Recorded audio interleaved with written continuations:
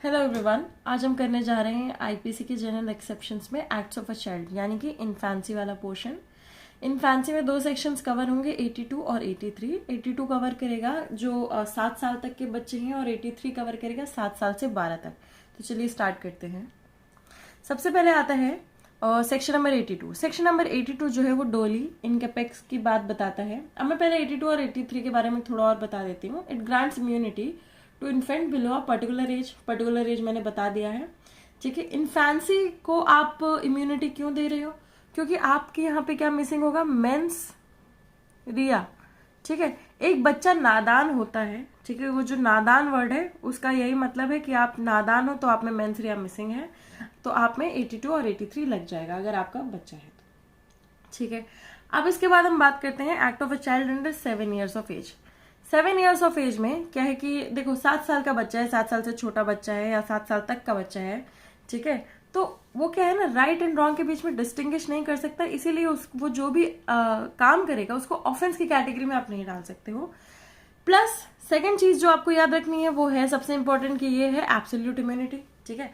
एक आती है एब्सोल्यूट इम्यूनिटी जो कि आती है सेक्शन नंबर 82 में। दूसरी आती है क्वालिफाइड इम्यूनिटी जो कि आती है सेक्शन नंबर 83 में, ठीक है। 82 और 83 कैसे याद रखना है उसके लिए मैंने आपको ट्रिक्स ऑलरेडी बता दी हैं।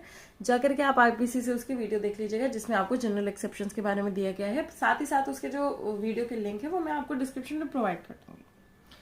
तो ये हो गया हमारा, ठीक है। आपको एक तरह से पता चल गया कि राइट एंड रॉन्ग के बीच में आप डिस्टिंग्विश नहीं कर सकते। नेक्स्ट इसके बाद इंपॉर्टेंट केस है, ठीक है, इसको याद रख लीजिएगा। Hiralal Malik versus state of Bihar. Supreme court ने इसमें हेल्ड किया था कि proof of age of a child that he is under 7 years would absolve the child of criminal responsibility, ठीक है। कि प्रूफ ले आओ ऑफ एज, बस इसके बाद और कुछ आपको लाने की जरूरत नहीं है, ठीक है। The child exactly of 7 years of age would get benefit of section 82। मैंने आपको बताया है कि 7 साल तक या फिर 7 साल का है ना। And the law grant such immunity because the child under such age can not form necessary intention to constitute a crime because he lacks understanding between good and bad. Good and bad का जो understanding है यही missing है, यही mens rea create करती है, इसलिए आपको इसका जो है डिफेंस मिल जाएगा। नेक्स्ट इसके बाद एक और केस है क्वीन वर्सेस लुखीनी अग्रदानी, ठीक है। दानी, छोटे बच्चे दानी तो नहीं होते हैं वैसे। इस सेक्शन में क्या है, एग्जाम किया गया है child not only from the offence under IPC but also from the offence under special और लोकल लॉ, ठीक है। तो इसमें आईपीसी, लोकल लॉ, स्पेशल, ठीक है। यानी कि कोई ऑफेंस ही नहीं है तो स्पेशल लॉ, लोकल लॉ, इसमें जो भी फलानी चीजें हैं इसमें आप रखोगे ही नहीं। पहली हमारी बात हो गई। सेकेंड पोर्शन जो हम आते हैं वो आते हैं सेक्शन नंबर 83 में, ठीक है, जिसमें बात होती है क्वालिफाइड इम्यूनिटी के बारे में, ठीक है। कई बार क्वेश्चन ऐसे भी आ सकता है what is qualified and what is absolute immunity, ठीक है। तो उससे रिलेटेड आप डिस्कस करना, तो आप सेक्शन 83 और 82 लिखना पड़ेगा आपको, ठीक है। इसलिए दोनों तरफ से आपको याद करने की जरूरत है। अब इसमें क्या है, इसमें देखो पहली बात तो यह है कि देखो सफिशिएंट मैच्योरिटी तो नहीं है, ठीक है, कि अंडरस्टैंड करे बंदा नेचर, ठीक है। मैं आपको बताती हूँ 83 क्या प्रोवाइड करता है। Nothing is an offence which is done by a child above 7 years of age. 7 साल के ऊपर के बच्चे ने अगर कुछ किया है तो वो क्या है, ऑफेंस नहीं है। Age and under 12 who has not attained sufficient maturity of understanding to जज the nature and consequence of his conduct on that occasion, ठीक है। वो क्या कर सकता है, वो जज नहीं कर सकता कि वो कर क्या रहा है, ठीक है। बट सेक्शन 83 क्या है, वो क्वालिफाइड इम्यूनिटी भी प्रोवाइड करता है, यानी कि in order to claim the exception. अब हमने ऊपर ये हीरालाल वाले केस में क्या किया था, in order to claim the exception of 82 बस आपको एज प्रूफ करनी होगी। बट इसमें in order to prove the exception of 83 आपको क्या प्रूफ करना होगा, child must not have attained sufficient maturity. क्या प्रूफ करना होगा कि सफिशिएंट मैच्योरिटी नहीं है, ये प्रूफ करना होगा और कुछ नहीं प्रूफ करना होगा। For understanding and judging the nature and consequence of that the prosecution has to prove that child caused actus rea with mens rea and that he had sufficient maturity to understand the nature and consequence of his conduct, ठीक है। बस इतना proof करना होगा।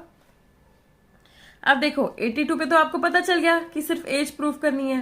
83 पे आपको क्या पता चल गया, क्वालिफाइड इम्यूनिटी है तो सफिशिएंट मैच्योरिटी प्रूफ करनी होगी। अब सफिशिएंट मैच्योरिटी कैसे प्रूफ करेंगे, टेस्ट फॉर क्वालिफाइड इम्यूनिटी दिया हुआ है, ठीक है। 3 फैक्टर पर डिपेंड करता है। पहला है कि एक्ट का नेचर ऑफ द एक्ट। तुमने किसी को थप्पड़ मारा, ठीक है, बच्चे कभी कभी किसी को थप्पड़ मार देते हैं, कुछ ये सब कर देते हैं, है ना।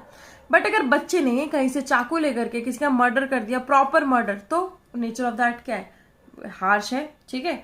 आपको पता चल रहा है कि इसको तो समझ में आ रहा था सब, ये तो हमारा काट रहा था। नेक्स्ट इसके बाद आ जाता है सब्सिक्वेंट कंडक्ट ऑफ ऑफेंडर। चाकू से मार करके उसने उसको चाकू को क्या कर दिया, छुपा दिया। एक होता है चाकू से मार करके बोला मम्मी मैंने पता है पापा को मार दिया, ऐसे छोटा मोटा काम। एक होता है कि चाकू से मार करके छुपा दिया और फिर इसके बाद वो षड्यंत्र रच रहा है, यानी कि पता है कि आपके पास क्वालिफाइड इम्यूनिटी आपको नहीं मिल सकती क्योंकि आपके पास सफिशिएंट मेच्योरिटी है, ठीक है। थर्ड आता है डीमीनर एंड अपीयरेंस ऑफ ऑफेंडर, ठीक है। डीमीनर्स, उसके जो डीमीनर्स हैं, उसके जो अपीयरेंसेस हैं ऑफेंडर के, वो सारी चीजें। तो आई होप आपको समझ में आया हो कि ये सब क्या क्या चीजें कवर करता है। ये बस ये सारे जो एक्ट है ना, ये सारे क्या है, ये एक्ट ही हैं। और ये एक्ट क्या पोस्टुलेट करते हैं, ये एक्ट आपको ये बताते हैं कि यार ये इंसान ऑफेंडर है मेंटली या फिर नहीं। फिजिकली तो ठीक है, हाँ उसने वो गलत काम किया है, बट मेंटली भी वो एक ऑफेंडर है या नहीं है, उसके बारे में बताते हैं। अब इसके बाद 2 केस हैं, ठीक है। पहला केस तो वही है उल्ला महापात्रास केस, ठीक है। इस केस में क्या हुआ था, अ बॉय ओवर 11 ईयर्स, ठीक है, 11 साल से 12 साल के बीच का बच्चा जो था, ठीक है, threaten to kill a person, उसने डराया कि मैं तुमको मार दूंगा by cutting into pieces and actually killed him, उसने उसको मार दिया। The court held that the actions of the boy could lead to one influence that he did what he intended to do and knew that his actions could kill the deceased. उसके पास क्या था, sufficient maturity थी, ठीक है, इसलिए उसको क्या किया गया, सजा मिली। नेक्स्ट इसके बाद केस है Hiralal Malik versus state of Bihar. इसमें सुप्रीम कोर्ट ने हेल्ड किया कि child below the age of 7 years is completely free of any criminal responsibility. ये तो पता है कि 7 वाला क्या है, उसमें फ्री है। 7 से 12 में क्या है, ये आ जाता है क्वालिफाइड है to avail the defence of doli incapax, ठीक है, क्वालिफाइड इम्यूनिटी उसे करनी पड़ेगी if it is prove that he has not attained sufficient maturity of understanding to जज the nature and consequence of his act, ठीक है। तो आई होप आपको ये समझ में आया हो। एक और चीज है, child above 7 years of age and under 12 years of age is govern by the maximum malitia supplet aetatem, ठीक है। इसको आगे लिख लेते हैं हम लोग।